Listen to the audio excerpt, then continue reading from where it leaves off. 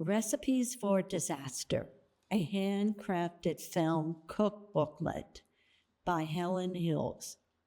Revisited by M.M. Sarah and Michael Mangieri. Helen Hills was a pioneer in handcrafted and DIY filmmaking. She tragically passed away in 2007, but left behind this incredible document of her work.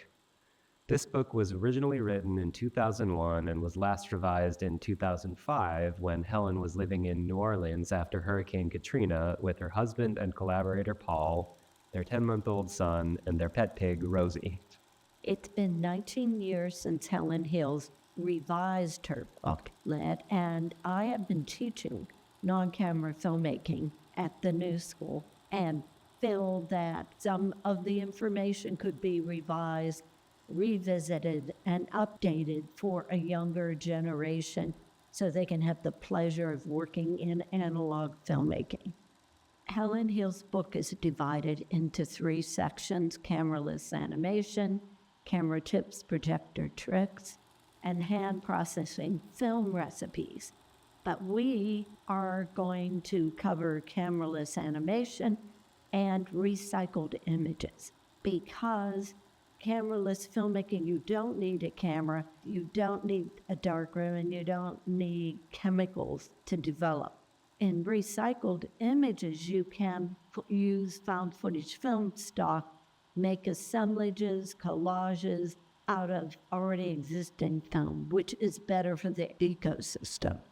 We recommend to start with 16mm film as the format because it's more accessible. 8mm is too small to hand paint or scratch on, and 35mm is hard to find the equipment for, and it's more expensive. Most experimental films are made on 16mm, and so it's easier to find recycled film strips. Here's a good illustration of a strip of 16mm film held upright. Notice that the sprockets, those are the little square holes, are on the left side, and 24 single images make up 1 second of moving film time.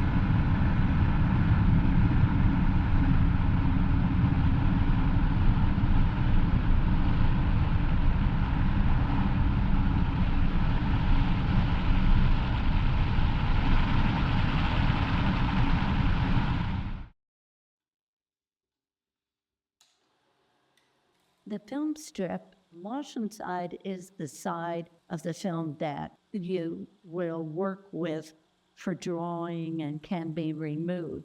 For example, for Black Leader, you wet the emulsion, the dull side, and once the emulsion softens, you can get a sharp instrument like an X-Acto knife, sandpaper, and you can scratch and not penetrate the film surface, not break the sprockets, but actually draw into the frame these small 16mm frame surfaces. You can also use household bleach, 4 parts to 1 part of water, to paint out some of the emulsion.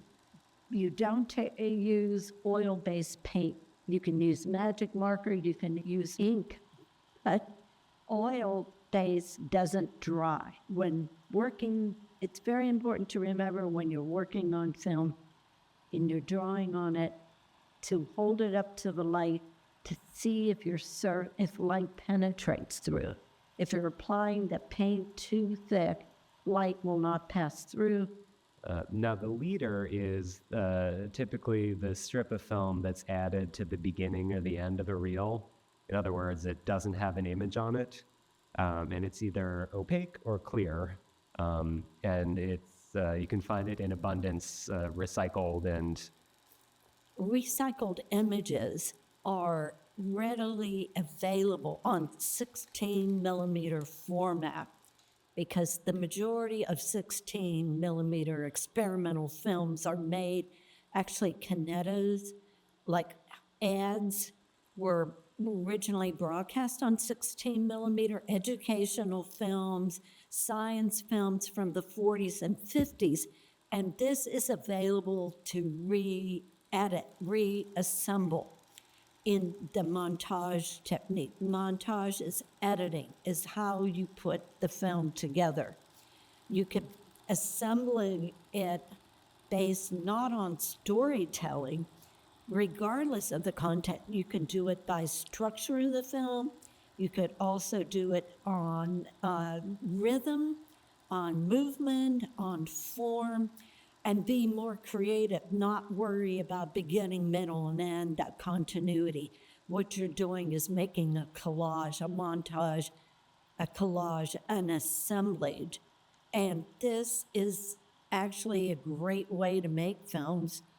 And it takes time, but also it's also pleasurable. It's fun to put films together and discover connections between animation, different decades, ads, commercials, and to cut it in the new way of seeing, a new kind of creative vision. What you're doing in recycled image is like personal vision, how you feel towards the materiality of the process.